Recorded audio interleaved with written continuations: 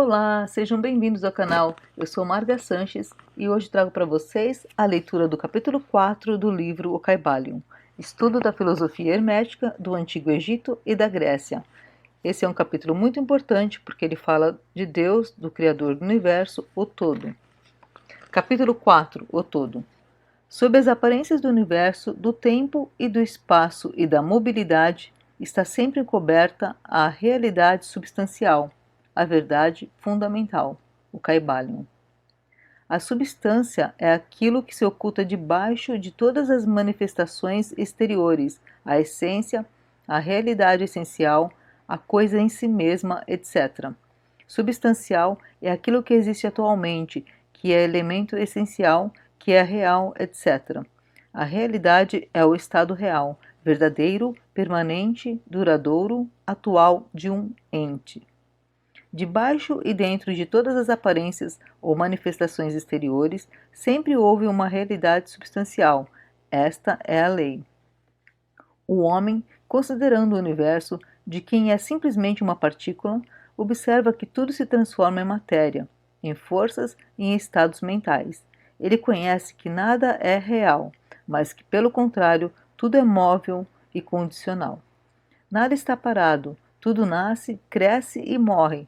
No momento que uma coisa chega a seu auge, logo começa a declinar. A lei do ritmo está em constante ação. Não há realidade, qualidade duradoura, fixidez ou substancialidade em qualquer coisa que seja. Nada é permanente, tudo se transforma.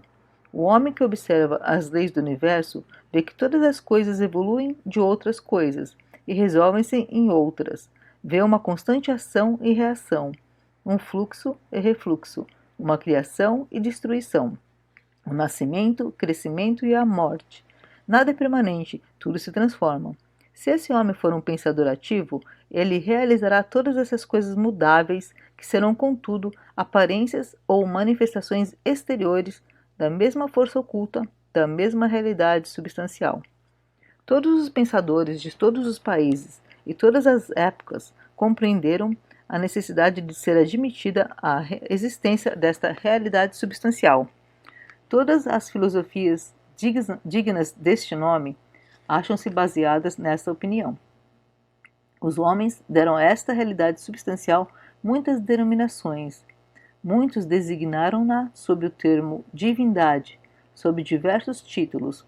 Outros chamaram-na a eterna e infinita energia. Outros ainda deram-lhe simplesmente o nome de matéria, mas todos reconheceram a sua existência. Isto é evidente por si mesmo, não é necessário argumentos. Nestas lições, seguiremos o exemplo de muitos grandes pensadores, antigos e modernos, os mestres hermetistas, e designaremos esta força oculta, esta realidade substancial, sob o nome de o Todo, termo que consideramos como o mais compreensível dos diversos termos empregados pelo homem para designar aquele que excede todos os nomes e todos os termos. Aceitamos e ensinamos as ideias dos grandes pensadores herméticos de todos os tempos, assim como as destas almas iluminadas que galgaram elevados planos de existência e que afirmam a natureza íntima do todo ser incognoscível, isto é, assim que ninguém pode compreender pelo próprio todo, por a natureza e a existência íntima dele. Os hermetistas pensam e ensinam que o todo em si mesmo é e será sempre incognoscível. Eles consideram todas as teorias, conjunturas e especulações dos teólogos e metafísicos a respeito da natureza íntima do todo, como esforços infantis das mentes finitas para compreender o segredo do infinito. Tais esforços sempre desviaram e desviarão da verdadeira natureza do seu fim. Uma pessoa que prossegue em tais investigações vai de circuito em circuito no labirinto do pensamento, prejudicar o seu são raciocínio, a sua ação e a sua conduta, até ficar totalmente inutilizada para o trabalho da vida. É como o esquilo, que furiosamente corre dentro da redondeza da sua gaiola, caminhando sempre sem nunca chegar em parte alguma e parando só quando se assusta, é enfim um prisioneiro. Porém, são ainda mais presunçosos os que atribuem ao todo a personalidade, as qualidades e propriedades características e atributos deles mesmos, e querem que o todo tenha emoções, sensações e outras características humanas, que estão abaixo das pequenas qualidades do gênero humano, tais como a inveja, o desejo de lisonjas e louvores, desejo de oferendas e adorações, e todos os outros atributos que sobrevivem desde a infância da raça. Tais ideias não são dignas de pessoas maduras e vão sendo rapidamente abandonadas. Vem a propósito dizer aqui que fazemos distinção entre a religião e a teologia, entre a filosofia e a metafísica. A religião para nós é a realização institucional da existência do todo e sua relação para com ele, ao passo que a teologia representa o esforço do homem em atribuir-lhe personalidade, qualidades e características às teorias a respeito dos seus negócios, planos, desejos e vontades, e as apropriações de tudo isso para o ofício de mediadores entre o todo e o povo. A filosofia é, para nós, a investigação de acordo com o conhecimento das coisas conhecíveis e concebíveis, ao passo que a metafísica é um intento de levar a investigação às regiões incognoscíveis e inconcebíveis, e além dos seus limites, com a mesma tendência que a teologia. Por conseguinte, a religião e a filosofia são para nós coisas que têm o seu princípio na realidade, ao passo que a teologia e a metafísica parecem delgados caniços, enraizados na areia movediça da ignorância, e nada mais constituem que o mais incerto apoio para a mente ou a alma do homem. Não insistiremos com os estudantes que aceitam estas definições, só mencionamos-las para mostrar a posição em que nos colocamos nesse assunto. Seja qual for, falaremos muito pouco sobre a teologia e a metafísica. Mas conquanto a natureza essencial do todo seja incognoscível, existem certas verdades conexas com a existência que a mente humana foi obrigada a aceitar. O exame dessas verdades forma um assunto próprio para investigações, mormente quando elas concordam com o testemunho do iluminado nos planos superiores. Nós vos convidamos a fazer estas investigações. Aquele que é a verdade fundamental, a realidade substancial, está fora de uma verdadeira denominação, mas o sábio chama-o o todo, o Kybalion. Na sua essência, o todo é incognoscível, o Kybalion. Mas os testemunhos da razão devem ser hospitaleiramente recebidas e tratadas com respeito, o Kybalion. A razão humana, cujos testemunhos devemos aceitar ao raciocinar sobre alguma coisa, nos diz o seguinte a respeito do todo, mas sem pretender levantar o véu do incognoscível. 1. O todo é tudo o que é real. Nada pode existir fora do todo, porque do contrário, o todo não seria mais o todo. 2. O todo é infinito, porque não há quem defina, restrinja e limite o todo. É infinito no tempo ou eterno. Existiu sempre, sem cessar, porque nada há que o pudesse criar, e se ele não tivesse existido, não podia existir agora. Existirá perpetuamente, porque não há quem o destrua, e ele não pode deixar de existir, porque aquilo que é alguma coisa não pode ficar sendo nada.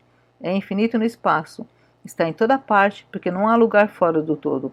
É contínuo no espaço sem cessação, separação ou interrupção, porque nada há que separe, divida ou interrompa a sua continuidade, e nada há para encher lacunas. É infinito ou absoluto em poder, porque não há nada para limitá-lo, restringi-lo ou acondicioná-lo. Não está sujeito a nenhum outro poder, porque não há outro poder. 3. O todo é imutável, ou não está sujeito a ser mudado na sua natureza real. Nada há que possa operar mudanças nele. Nada há em que possa ser mudado, nem nada que tenha sido mudado. Não pode ser aumentado nem diminuído, nem ficar maior ou menor, seja qual for o motivo. Ele sempre foi e sempre será tal como é agora. O todo nada houve, nada há e nada haverá em que ele possa ser mudado. Tudo sendo infinito, absoluto, eterno e imutável, segue-se que tudo o que é finito, passageiro, condicional, imutável não é o todo. E como não há nada real fora do todo, todas as coisas finitas não são reais. Não deveis ficar admirados e espantados das nossas palavras. Não queremos levar-vos à ciência cristã fundada sobre a parte inferior da filosofia hermética. Há uma reconciliação para o aparente estado contraditório atual do assunto. Tende paciência, que nós trataremos deste assunto em seu tempo. Vemos ao redor de nós que aquilo que se chama matéria constitui o princípio de todas as formas. É o todo simplesmente matéria? Absolutamente não. A matéria não pode manifestar a vida ou a mente, e como a vida e a mente são manifestadas no universo, porque nada é superior à sua própria origem, nada se manifesta como efeito que não esteja na causa, nada evolui como consequente, que não tenha evoluído como antecedente. Quando a ciência moderna nos diz que não há realmente outra coisa senão matéria, devemos saber que aquilo que ele chama matéria é simplesmente uma energia ou força interrompida, isto é, uma energia ou força com poucos graus de vibração. Disse um recente escritor: a matéria obscureceu-se no mistério. Mesmo a ciência materialista já abandonou a teoria da matéria e agora se apoia sobre a base da energia. Então o todo é simplesmente energia ou força? Não, não é energia ou força, como os materialistas empregam esses termos, porque a energia e força deles são coisas cegas e mecânicas, privadas de vida ou de mente. A vida ou a mente não pode evoluir da energia ou força cega, pela razão dada acima, que nada é superior à sua própria origem. Nada evolui que não tenha evoluído. Nada se manifesta como efeito que não tenha sua causa. E assim, o todo não pode ser simplesmente energia ou força, porque se assim fosse, não teriam existências a vida e a morte. E nós sabemos muito bem que elas existem, porque somos nós os que temos vida, e que empregamos a mente para considerar esta questão, assim como os que pretendem que energia ou força é tudo. Que é, pois, que sabemos existir no universo que é superior à matéria ou energia? A vida e a mente. A vida e a mente em todos os seus diversos graus de desenvolvimento. Então perguntais, quereis dizer que o todo é vida e mente? Sim e não, é a nossa resposta. Se entendeis a vida e a mente como nós pobres mortais conhecemos-las, diremos, não, o todo não é isto, mas que natureza de vida e de mente quereis significar, direis vós. A resposta é: a mente vivente, muito acima do que os mortais conhecem por essas palavras, como a vida e a mente são superiores às forças mecânicas ou à matéria. A infinita mente é muito superior em comparação à vida e à mente finita. Queremos exprimir o que as almas iluminadas significam ao pronunciarem reverentemente a palavra espírito. O todo é infinitamente vivente, o iluminado chama espírito. Fim do capítulo 4.